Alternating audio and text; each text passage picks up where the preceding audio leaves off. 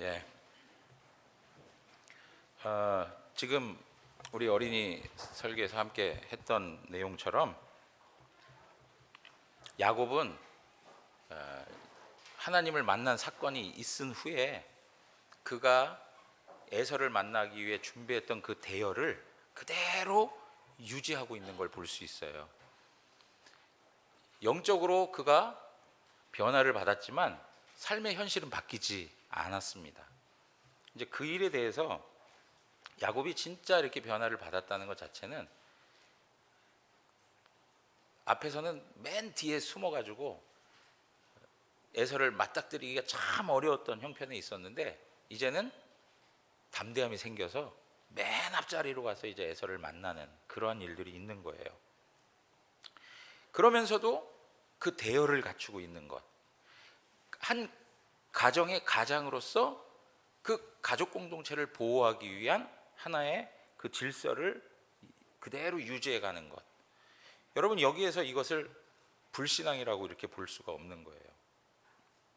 하나님께서 우리에게 허락해 주신 믿음과 상식이 반대 개념이 아니라는 것을 기억하셔야 돼요. 상식적이고 일반적인 법칙도 믿음이 포함하고 있다는 것을 아셔야 됩니다. 그래서 우리가 믿음 있다 하면서 상식적이지 않고 일반적인 질서를 부정하는 것은 잘못된 신앙의 내용들이에요. 오히려 더 하나님 앞에서 받은 바 은혜를 따라 우리에게 주신 삶의 자리를 충성되게 살아가는 것이 합당한 거예요. 책임 있는 삶을 살아가는 것, 그것이 합당한 삶의 내용임을 말씀해주고 있는 겁니다. 여러분, 어떤 분들이 차를 사면 처음에 드라이브 라이센스 그 면허증을 따가지고 차를 사면 이제 처음 운전을 하니까 기도하는 마음으로 항상 탁 운전석에 앉으면 기도하고 출발을 하고 해요. 저도 그랬던 것 같아요. 여러분들도 그러신 적 있으시죠? 기도하고 출발하고. 이제는 기도도 안 하시죠? 하는데 기도는 정말 멋지게 해요. 하나님 저를 도와주시고 안전하게 운행하게 해주시고 하나님께서 지켜보호 해주시고 뭐 이렇게 다 기도해요. 그리고 나서 운전하면서 핸드폰하고 그리고 다리 올려놓고 정말 운전자로서 해서는 안 될 것들을 하면서 막 운전을 한단 말이에요. 여러분, 그거는 합당한 신앙인의 모습이 아니라는 거예요. 내가 하나님 앞에 기도를 하고 은혜를 구하면 하나님이 나에게 주신 삶의 일반적 질서를 충성되게 신실하게 책임 있는 자세로 살아가는 것이 성숙한 신앙인의 모습이라는 거예요. 그냥 내가 해야 할 일은 하지 않고 하나님이 다 알아서 해 주십시오. 이거는 잘못된 신앙의 내용이에요. 우리가 신앙생활 할 때 똑같아요. 하나님을 왜 찾고 하나님 앞에 왜 나가는가? 그 이유를 보면 내 책임을 줄이기 위해서, 내가 해야 할 삶의 몫을 줄이고 하나님이 해 주셔야 할 그 삶의 부분들을 확대하여 내가 하지 않고도 누가 해주길 바라는 거예요? 하나님이 그냥 다 해주시길 바라는 그러한 신앙의 내용들을 가지고 가는 것은 우리가 기독교 신앙의 참다운 내용이 아닌 거예요. 기독교 신앙의 참다운 내용은 하나님 앞에 은혜를 구하는 만큼 상식의 삶에서 일반적 법칙의 삶의 모습 안에서 하나님 앞에 충성되게 살아가는 그런 삶이 필요하다는 거예요. 그래서 여러분, 어떻게 보면 오늘 우리가 살아가는 삶의 현실에서 내가 놓여 있는 그 자리, 내가 가지고 있는 그 삶의 여러 가지 그 상황들 있지 않습니까? 때로는 그것이 즐거울 때도 있지만 때로는 그것이 부담스럽기도 하고 지루하기도 하고 또 좀 싫어지기도 하고 하는 그런 어떤 삶의 상황들이 있잖아요. 그러한 것까지라도 하나님께서는 우리에게 책임 있는 성도의 삶을 살라고 말씀하고 있는 거예요. 많은 분들이 아내로서 더 이상 염증이 난다, 더 이상 아내로 살고 싶지 않다, 뭐 예를 들면 남편으로 살아가는 게 너무 고달프다, 그래서 막 일탈을 행하려고 하는 그런 마음들이 생겨날 때도 있단 말이에요. 그럴 때 우리는 하나님 앞에서 그 어떠한 그 마음의 감정이 우리에게 들어오든지, 아니면 삶의 환경이 우리에게 흡족하지 않는 일들이 벌어진다 할지라도 그 삶의 자리를 지켜내고 책임 있게 살아가는 것이 하나님 백성의 삶의 모습이라는 것을 우리에게 나타내주고 있는 겁니다. 여러분, 그 청교도 혁명을 주도했던 분이 올리버 크로멜이라고 하는 분인데, 그분이 그 당시 영국 내전 중에 싸움을 해야 되는데 뭐라고 말을 했냐면, 수시로 병사들에게 계속 했던 말 중에 하나가 뭐냐면, 여러분 기도하십시오. 그리고 여러분들의 화약을 항상 건조시켜 놓으십시오. 그러니까 무슨 얘기를 하는 겁니까? 기도하면서 동시에 어떻게 하라는 거예요? 싸움을 준비하라고 얘기를 하는 거예요.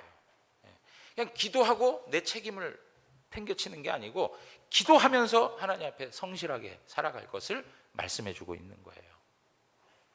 그래서 아까 병원 얘기도 했지만, 병원을 갈 때도 하나님 앞에 은혜를 구하고, 그리고 약 처방을 받고 약을 먹을 때도 하나님 앞에 은혜를 구하고, 모든 것이 다 하나님의 영역 가운데 있다는 것을 고백하고 살아가는 것이 굉장히 중요해요. 우리의 신앙은 종교적인 한 부분에서만 있는 게 아니고 우리의 전 삶의 체계를 가지고 있다는 것을 우리가 아셔야 합니다. 그래서 어떤 자리에 있든지 어떤 환경에 있든지 항상 하나님 앞에서 우리가 살아가고 있다는 생각을 갖고, 하나님께서 우리에게 주신 삶의 자리를 소중하게 여기고 거기에 책임 있는 삶을 사는 것이 성도들의 성숙한 모습이라는 거죠. 우리 정하늘 목사님이 단기 선교 가가지고, 원래 이제 정 목사님이 이제 선교 쪽에 계속 열정이 있었고 선교사 훈련도 받고 막 이렇게 하셨던 분이니까, 선교지에 가니까 얼마나 그 열정이 불타오르겠어요.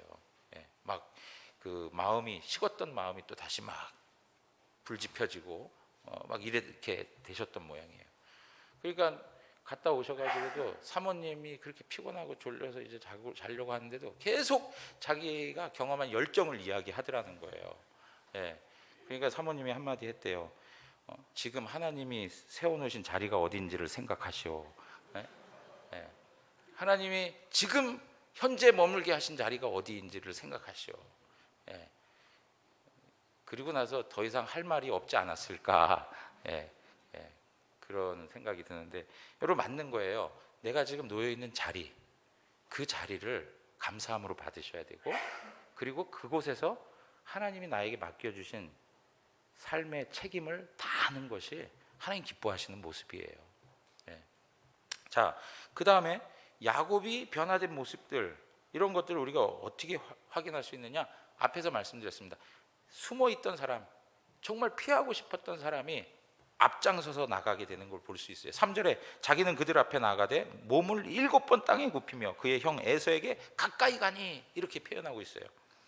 여러분, 자신의 삶을 완전히 맡기고, 그리고 하나님 앞에서 자기의 마음 가운데 있는 두려움들이 다 해결됐어요. 그러다 보니까 담대하게 자기가 직면해야 할 문제를 대하고 있는 야곱을 발견하는 거예요. 그러면서 가족보다 앞서가지고 에서를 대면하고 있는데, 에서를 만나자마자 어떻게 해요? 7번을 땅에 굽히면서 자기 자신을 낮추는 그런 태도를 보여요. 여러분, 이러한 태도는 그 당시의 개념으로 보면 왕들에게나 할 수 있는 태도예요. 왕에 대한 경의를 표하는 태도가 바로 이런 모습이에요. 완전히 자기의 몸을 땅에 엎드려 가지고 7번씩 자신을 굽히면서 경의를 표하는 그런 태도. 여러분, 이러한 것들이 지금 야곱의 모습에서 드러나고 있다는 것은 무엇을 설명하는 거냐? 사실은 에서 앞에서 자기의 몸을 낮췄다라고 하는 모양을 우리에게 알려주고 있지만, 더 근본적으로는 하나님 앞에서 지난날 자기 자신을 회개하고 철저히 낮아지고 겸손한 심령이 되었다는 것을 우리에게 보여주고 있는 거예요. 여러분, 진짜 하나님 앞에서 자기 자신의 죄악을 인정하고, 그리고 철저히 하나님 앞에서 자기가 죄인임을 고백하는 사람은 하나님 앞에서 회개가 자동적으로 나오는 거예요. 그죠? 그걸 이제 회개라고 하는데, 그 회개하는 사람들의 공통적인 특징이 뭐냐 하니까 겸손함을 갖는 거예요. 자기 자신은 무가치하고 그 마음 속에서 하나님의 가치를 높이는 자들로 되어버리는 거예요.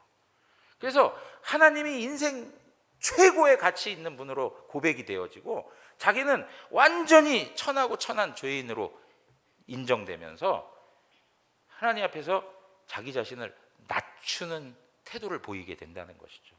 그래서 회개의 진정한 열매는 겸손으로 드러나요.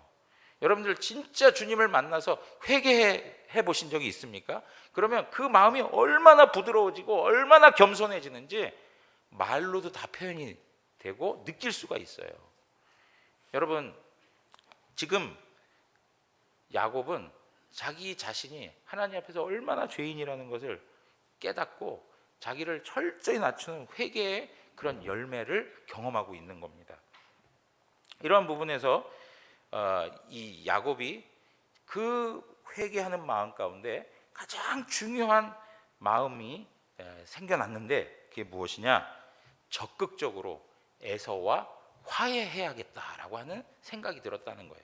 우리는 처음 이 본문을 대하면서 그 라반의 집에서 가나안 땅으로 올 때에 야곱이 가졌던 마음과 태도를 우리는 벌써 알고 있습니다.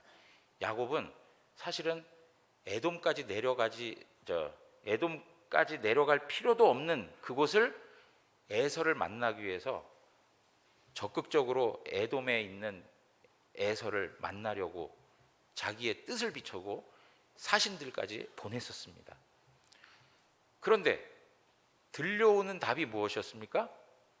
보고가 400명의 장정이 야곱에게 다가오고 있다는 이야기를 듣고 나니까 자기가 생각했던 선의의 그런 모든 마음이 다 사라져 버리고 그냥 두려움만 가득 채워졌던 것이 바로 야곱의 마음이었습니다. 겁나고 두렵고 이 당황스러운 삶의 현실을 어떻게 해야 될까라고 하는 것에 정말로 고민했던 사람이 바로 야곱이었습니다. 그런데 씨름꾼으로 찾아오신 하나님을 만나고 나서 그의 마음은 완전히 변화가 되었고 다시금 하나님의 마음으로 채워지는 역사가 있게 된 거예요. 여러분, 우리가 이런 얘기를 많이 합니다. 은혜를 받았다라고 하는 얘기를 많이 해요. 제가 은혜를 받았습니다. 여러분, 은혜를 받았다는 이야기는 내가 좋아하는 결과대로, 내가 원하는 방식대로, 내가 소원하고 바라고 내가 구하는 것을 얻었을 때 은혜 받았다, 이거 아니라는 거예요. 은혜를 받았다라고 하는 말은 결국 무엇으로 설명되는 거냐면 내 마음 가운데서 하나님 그분이 높아지는 것, 그리고 비어진 이 마음이 하나님의 속성으로 채워지는 것, 그것을 은혜 받았다라고 하는 거예요. 예? 여러분, 은혜 받았다라고 하는 말은 이 세상에 있는 가치들을 내 것으로 취했다, 내가 그것을 누리게 되었다, 내가 생각하고 내가 품었던 마음대로 모든 것들이 그렇게 해석되고 이루어지더라, 이게 은혜 받았다가 아니고 이 땅에서 얻을 수 없는 하나님 나라의 특성, 하나님 나라의 그 특별한 특질, 그것이 내게 찾아오고 그것으로 채워질 때 우리는 은혜 받았다라고 얘기하는 거예요. 뭐가 은혜 받았는지 여러분 개념이 달라져야 돼요. 내가 기도했던 것들이 이루어지는 것, 내가 듣고 싶었던 말씀이 들려지는 것, 그래서 내 마음에 기쁨을 주고 내 마음에 즐거움을 주는 그 자체가 은혜 받았다라고 생각하면 절대 안 되는 거예요. 은혜 받았다라고 하는 것은 하나님 되심이 고백되고 하나님의 높으심이 이 세상의 그 어떤 것으로도 비교할 수 없는 가장 절대적인 위치에 계심을 고백하는 것이기, 그리고 하나님의 성품으로, 하나님의 속성으로, 예를 들면 그분의 선하심과 그리고 그분의 긍휼과 자비와 그리고 길이 참으시는 중에 용납해 주시는 그런 모든 속성으로 채워질 때 우리는 은혜 받았다라고 말하는 거예요. 한번 생각해 보십시오. 내가 생각했던 은혜 받는다라는 게 도대체 뭔가?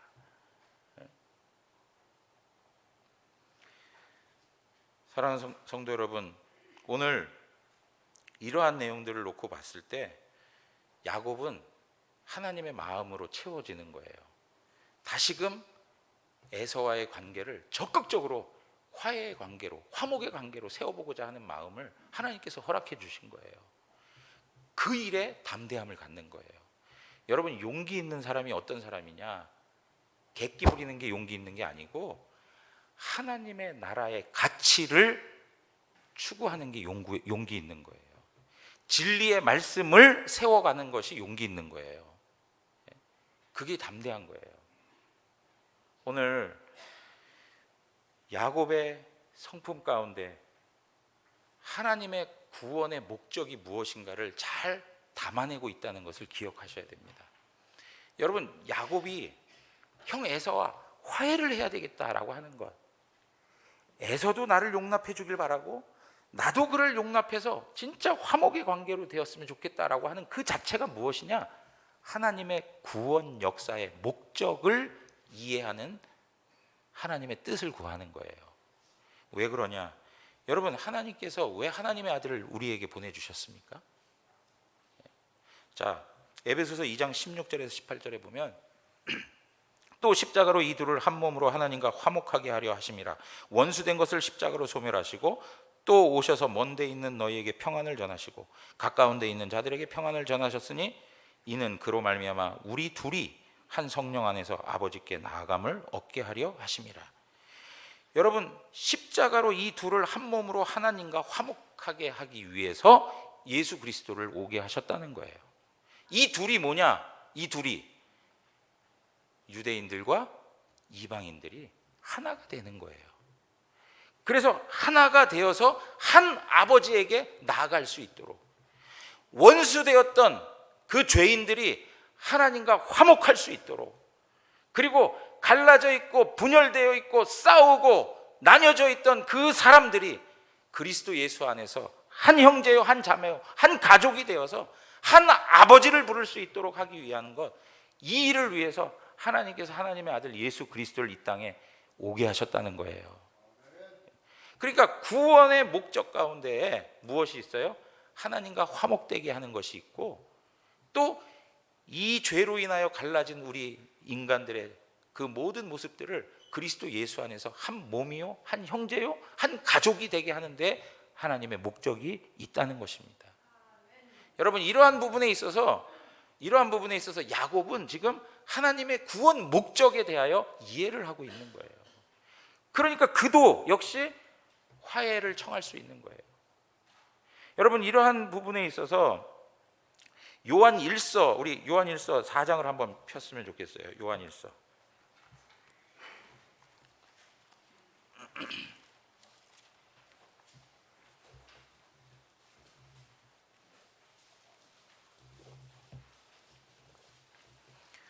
요한일서 4장 10절입니다. 요한일서 4장 10절. 우리 한번 다 같이 읽겠습니다. 사랑은 여기 있으니 우리가 하나님을 사랑한 것이 아니요 하나님이 우리를 사랑하사 우리 죄를 속하기 위하여 화목 제물로 그 아들을 보내셨음이라. 아멘. 여러분, 우리가요, 하나님의 구원 목적이 하나님과 원수된 우리를 화목시키시고 우리와 우리 사이의 갈라짐을 하나로 화목시키시는 것라고 말씀을 드렸습니다. 그럼에도 불구하고 우리 안에서는 계속 제기되는 게 있는 게 뭐냐면, 아니, 내가 용서해 줄 마음이 있다니까. 그런데 그 사람도 조금은 뭔가 바뀔 수 있는 조건과 태도가 있어야 되는 거 아니냐. 아니, 그 사람에게 뭔가 기대할 수 있는 뭔가가 좀 달라지는 모습이 있어야 내가 그래도 용서해주고 용납할 수 있는 거지. 아무것도 없는데 어떻게 용서하고 용납해 줄 수 있냐. 여러분, 그런 생각이 있을 때가 얼마나 많아요. 그런데 분명하게 인식해야 될 게 뭐냐면, 하나님 앞에서 우리가 하나님의 사랑을 받았는데 우리 안엔 그러면 하나님께서 보시기에 하나님이 우리를 사랑해 줄 만한 조건이 있었느냐 이거예요. 하나님께서 우리를 용납하시고 우리를 사랑으로 껴안아 주실 만한 그러한 선한 요소가 있었느냐. 하나도 없어요. 하나도 없어요. 우리가 가지고 있는 조건, 우리의 마음속에서 뭔가 좀 달라지거나 뭔가 기대할 수 있는 무엇이 있었는가? 없었다는 거예요. 철천지 원수로 하나님 앞에 오히려 영원한 저주와 심판을 받을 수밖에 없는 그런 조건밖에는 없었다는 거죠. 심판을 당기는 조건, 그거밖에 없어요. 그럼에도 불구하고 하나님께서 어떻게 하셨다고요? 우리를 사랑해 주셨대요. 우리가 먼저 사랑한 거예요? 아니라는 거예요. 하나님이 먼저 우리를 사랑해 주셨대요. 아무런 자격도 없고 조건도 없고 내세울 것도 없고 어떤 하나님의 마음을 들게 할 수 있는 요건 하나가 없는데 하나님께서 먼저 사랑해 주셨다는 거예요. 그래서 그의 아들을, 하나님과 원수된 것을 화목하게 하기 위해서 그의 아들을 십자가에 죽이셨다는 거예요. 하나님은 먼저 하신 거예요. 그렇다면 여러분 보십시오. 우리도 주님으로부터 받은 바 그 사랑이 무엇인지를 알고 있다면, 그 사랑의 깊이와 높이와 넓이, 그 풍성함이 무엇인지를 알고 있다면 우리도 마땅히 어떻게 해야 할까요? 사랑해야 하는 것이 마땅한 거 아닐까요? 그래서 오늘 요한일서 4장에 가서 보시면 19절 한번 다 같이 읽겠습니다. 19절입니다. 요한일서 4장 19절 다 같이 읽습니다. 시작. 우리가 사랑함은 그가 먼저 우리를 사랑하셨습니다. 우리가 사랑할 수 있는 것은 그가 먼저 우리를 사랑해 주셨다는 거예요. 그 사랑이 우리 가운데 있기 때문에 우리가 사랑할 수 있다는 거예요. 그 사랑을 경험하지 못하면 사랑할 수가 없어요. 그러니까 보십시오. 자, 20절 가서 또 얘기합니다. 20절 계속 읽어보겠습니다. 제가 읽습니다. 누구든지 하나님을 사랑하노라 하고 그 형제를 미워하면 이는 뭐 하는 거예요? 거짓말하는 거예요. 하나님 사랑합니다, 하나님 사랑합니다 라고 하면서 형제를 미워하면 이는 거짓말하는 자니 보는 바 그 형제를 사랑하지 아니하는 자는 보지 못하는 바 하나님을 사랑할 수 없다라고 얘기했어요. 보이는 사람도 사랑하지 못하는데 어떻게 보이지 아니하는 하나님을 사랑할 수 있겠느냐는 거예요. 여러분, 보이는 하나님의 교회를, 그리스도의 몸된 교회를 사랑하지 못하는데 어떻게 하나님을 사랑할 수 있느냐라고 하는 말하고 똑같은 거예요. 우리의 눈앞에 보이는 그 실체를 사랑하지 못하는데 보이지 아니하시는 그 하나님을 어떻게 사랑할 거냐 이거예요. 그러면서 얘기합니다. 21절에 우리가 이 계명을 주께 받았나니 하나님을 사랑하는 자는 또한 그 형제를 사랑할지니라. 여러분, 하나님으로부터 사랑 받으셨습니까? 별로 확신이 없습니까? 사랑 받았다면 하나님께서 사랑하라고 말씀하시는 거예요. 정말 하나님을 사랑하십니까? 그렇다면 눈에 보이는 형제들을 사랑하라라고 말씀하는 거예요. 이것이 하나님의 구원 계획과 목적을 이해하는 성도들이 살아가는 삶의 방식인 거예요. 왜요? 하나님은 사랑이시기 때문에. 하나님 사랑이시기 때문에. 여러분, 이러한 내용들을 놓고 보면서 우리가 지난번에 살폈던 말씀을 다시 한번 읽게 되는데, 마태복음 5장 23절에 이렇게 얘기하고 있습니다. 그러므로 예물을 제단에 드리려다가 거기서 내 형제에게 원망 들을 만한 일이 있는 것이 생각나거든 예물을 제단 앞에 두고 먼저 가서 형제와 화목하고 그 후에 와서 예물을 드리라. 여러분, 지난번에 한번 말씀드린 적 있습니다. 내가 한 지역에 살아가는데 거기서 제사를 드리기 위해서 예루살렘을 향해 떠납니다.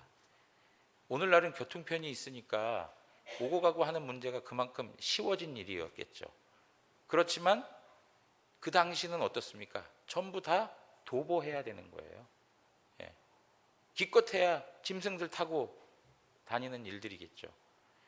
그러면 잡을 짐승, 제물로 드릴 짐승을 가지고 그 먼 길을 며칠을 걸려서 와가지고 하나님 앞에 제사하기 위해서 제물을 딱 죽이려고 하는데 갑자기 불편한 관계가 생각나는 거예요. 그러니까 어떻게 하라고요? 제물을 놔두고 다시 어떻게 해요? 며칠을 가가지고 그 사람하고 먼저 화해하고 와서 제사하라는 거예요. 여러분, 왜 이러한 말씀을 우리에게 하는 것일까요? 얼마나 번거롭고 얼마나 불편하고 얼마나 복잡한 일들이 우리에게 주어지는 것입니까? 아니, 그냥 제사하고 가서 하면 되잖아요 라고 말할 수 있지 않겠어요? 이렇게 번거롭게 살아야 되는 거예요, 이거? 근데 하나님께서 왜 이렇게, 예수님께서 왜 이렇게 말씀하셨는가? 예배의 정신이 뭔지 모르는 거예요. 여러분, 예배가 무엇이냐? 예배가 무엇입니까?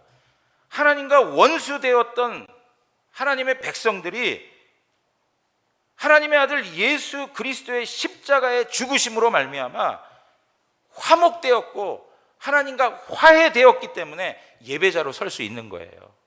아무나 예배자가 될 수 있는 게 아니란 말이에요. 하나님께서 화해시키는 역사, 화목케 하시는 그 역사의 내용을 충분히 알아야만, 그 구원의 목적을 이해해야만 하나님 앞에서 예배자로 설 수 있는 거예요.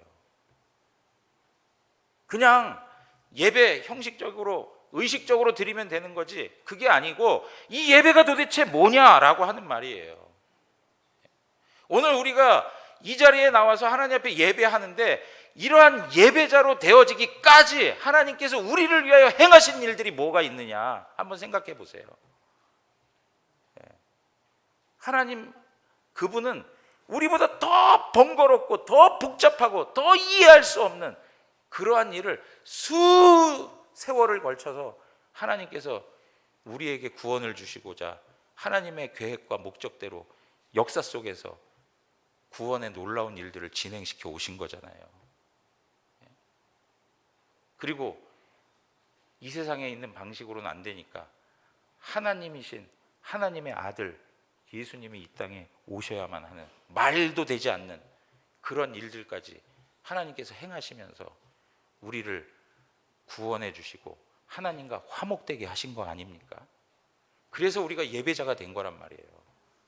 그런데 예배하러 왔는데 여전히 불편한 관계가 있고 반목하고 여전히 관계의 그 불편함 때문에 계속 부딪히는 그러한 마음의 태도가 있다면 하나님의 구원 계획과 목적과 그리고 그 결과를 통해서 얻어진 그 신앙적 유산과 그 선물이 무엇인지를 제대로 알지 못하는 사람일 수밖에 없는 거예요.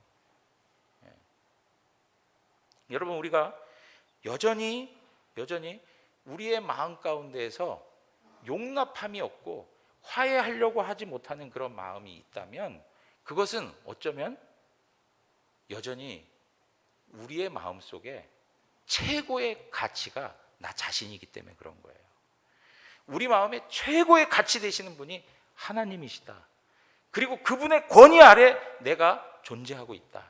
그리고 내 심령이 그분의 말씀과 그분의 성품으로 채워지고 있다 라고 한다면, 쉽게 얘기하면 앞에서 얘기했던 것처럼 은혜 받은 사람이라면 우리는 하나님 앞에서 마땅히 화해와 용납과 용서함을 누릴 수 있다는 것입니다. 여러분, 오늘 우리의 삶에 있어서 정말 우리 마음에 하나님을 닮아가는 마음이 있어야 되는 거예요. 오랜 세월 신앙하고 신앙하지만 진짜 중요한 게 무엇이냐? 하나님의 속성을 나의 것으로 채워가는 게 중요한 거예요.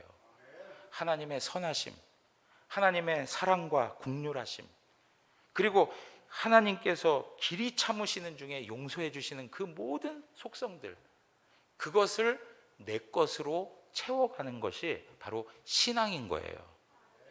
여러분, 과연 예수 그리스도를 묵상하고 하나님의 말씀을 대하면서 무엇을 배우고 무엇을 하나님 앞에서 위에서 살아가고 있는가 한번 생각해 보십시오. 여러분들이 무엇을 배웠습니까? 내가 신앙한다는 것 때문에 무엇을 가지게 되었습니까? 하나님의 나라의 것, 하나님으로부터 내려오는 것, 그것으로 배움을 갖고 그것으로 채워져야 할 우리가 그런 건 없고 그냥 세상적인 것으로만 채우고 있다면 그것은 정말 신앙의 큰 착각에 빠져 있는 것입니다. 여러분, 오늘 우리의 삶에 있어서 창세기 45장에 가서 보면 용서에 대한 아주 좋은 하나의 사건이 등장하고 있는데 바로 요셉입니다. 여러분, 인간적으로 한번 생각해 보세요. 요셉의 상황이었다면 여러분도 어떠셨을 것 같아요? 형제들 그냥 내버려 둘 것 같습니까? 자기를 죽이려고 했던 사람이에요. 구덩이에 집어넣어서 죽이려고 하다가 살인까지 하기에는 좀 그러니까 결국은 애굽에 팔아버리고 그 과정을 통해서 그의 인생이 험난한 삶을 경험하게 되죠. 얼마나 두렵고 외롭고 고통스러운 밤을 지새면서 살았을까. 요셉의 입장을 한번 생각해 본다면 인간적으로 얘기하자면 그 형제들을 용납할 수가 없는 거예요. 그런데 요셉의 마음에 자기가 느끼고 경험하고 자기가 생각하는 그것보다 더 중요한 게 무엇이었느냐? 하나님이 목적하시고 하나님이 목적한 대로 일을 이루어 가시는 섭리의 역사가 있다는 것을 바라보는 거예요. 요셉의 마음은 하나님으로 채워져 있다는 것을 우리가 배우게 되는 것이죠. 그러니까 뭐라고 얘기합니까? 45장 5절에 가서 보시면 5절입니다. 당신들이 나를 이곳에 팔았다고 해서 근심하지 마소서, 한탄하지 마소서. 하나님이 생명을 구원하시려고 나를 당신들보다 먼저 보내셨나이다. 하나님께서 생명을 구원하시려고 나를 당신들보다 먼저 보냈습니다. 자기가 당한 서러움, 자기가 당한 억울함, 자기가 당한 그 고통, 이런 것들에 대하여 토로하지 않아요. 오히려 무엇을 설명해요? 하나님이 이 일들을 통해서 무엇을 이루었는지를 말해주고 있는 거예요. 여러분, 우리가 누군가를 용납하고 누군가를 받아들이고 누군가를 인정해 줄 수 있는 것은 결국 내 안에 하나님이 계시지 않으면 안 된다는 거예요. 하나님, 그분이 내 마음 가운데 존재해 계시고 그분의 권위가 내 마음 속에서 높아져 있을 때 그분의 계획하심이 생각되는 거고 그분의 목적하심과 그분의 섭리의 역사가 무엇인지를 이해하게 되는 거예요. 저는 우리 대구영원교회 모든 성도님들이 우리 마음 가운데 정말 하나님이 최고의 가치로 존재하고 계시기를 원합니다. 그래서 그분의 말씀에 따라서 우리의 삶을 맞춰갈 수 있는, 그래서 신앙을 하면 할수록 더욱더 주님의 것으로 채워져 가는. 여러분, 우리가 그런 말 많이 하잖아요. 철 좀 들어라, 철 좀 들어. 요새 교수로 지내다 보니까 철이 없어가지고 이런 표현이 지금 하나에 회자되고 있는데, 여러분, 철 든다는 게 뭡니까? 다른 거 아니에요. 우리의 관점에서 놓고 보면 하나님의 마음으로 채워져 가는 거예요. 하나님의 생각으로, 하나님의 마음으로 채워져 가는 것이 철드는 거예요. 아까 앞에서 이야기하자면 그게 뭐예요? 은혜 받는 거예요. 은혜 받는 거. 여러분들이 은혜 받았다는 걸 뭘로 증명해 보이시겠냐 이거예요. 오늘 야곱은 하나님으로부터 받은 바 은혜에 대해서 철저히 하나님의 마음을 담아내고 있다는 거예요. 사랑하는 성도 여러분, 요셉이 7절에 이런 얘기 또 합니다. 하나님이 큰 구원으로 당신들의 생명을 보존하고 당신들의 후손을 세상에 두시려고 나를 당신들보다 먼저 보내셨습니다. 항상 요셉의 마음 가운데, 생각 가운데는 하나님의 계획하심과 목적하심이 무엇인가를 생각하는 것이 있는 거예요. 오늘 우리의 신앙의 초점을 내 삶에 대해서 맞추지 마시고 하나님 그분의 생각과 그분의 계획과 그분의 목적이 무엇인가 하는 것에 보다 더 많은 관심을 갖고 그것을 배우고 그것에 따라 하나님 앞에 나아갈 수 있는 우리 모두가 되기를 원합니다. 사랑하는 성도 여러분, 오늘 말씀해 보시면은요, 어떤 내용이 있냐면 10절입니다. 10절. 오늘 본문 말씀 10절.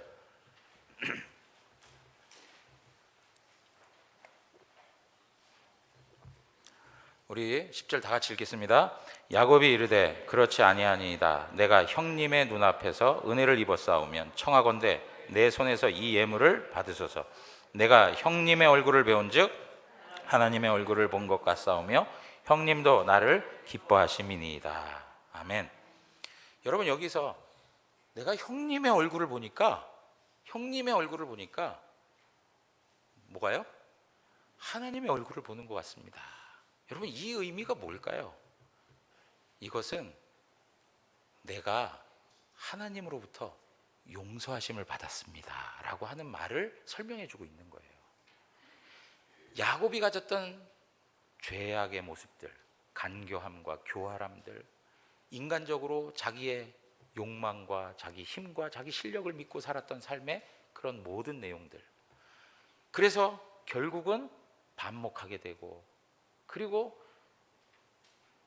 떨어져 지낼 수밖에 없는 그런 상황 속에서 이제 하나됨을 이루게 되고 화목할 수 있게 된 이러한 모든 것들은 먼저 하나님께서 야곱을 용납해 주셨다는 것을 증명해 주는 것입니다.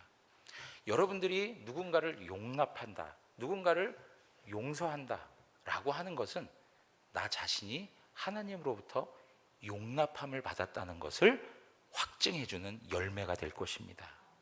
여러분, 그걸 꼭 기억하십시오. 내가 누군가를 받아들이고 품고 용납한다 라고 하는 말은 내 자신이 하나님의 용납하심을 받았다는 것을 증명해 주는 하나의 열매가 된다는 것, 그것을 놓쳐서는 안 되는 것입니다.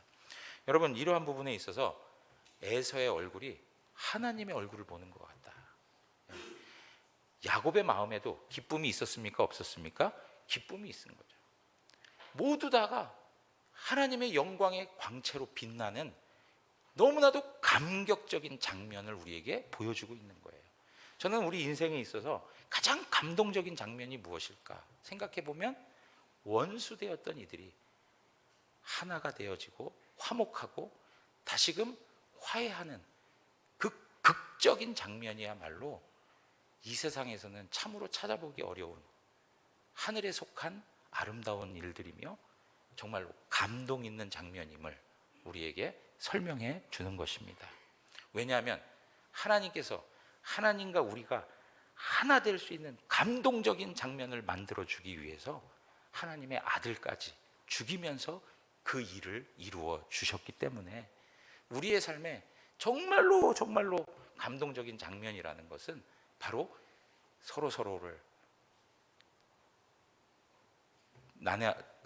나뉘어지고 갈라져 있던, 그래서 반목하고 있던 그런 상황에서 하나됨을 이루는 것만큼 하나님의 마음을 잘 설명하고 하나님의 하나님 되심을 잘 드러내주는 길은 없다고 생각합니다. 여러분, 오늘 우리의 삶에 이러한 감동적인 삶이 가득 채워지기를 원합니다. 그리고 여러분들의 얼굴이 하나님을 보는 것 같은, 하나님의 얼굴을 보는 것 같은 그런 아름다운 모습으로 비춰지고 살아가는 삶이 되기를 바랍니다. 우리 옆에 계신 분들에게 한번 이렇게 인사했으면 좋겠습니다. 우리 장로님, 우리 집사님, 우리 성도님 뵈니까 하나님의 얼굴을 보는 것 같습니다. 이렇게 한번 인사했으면 좋겠어요. 네? 네.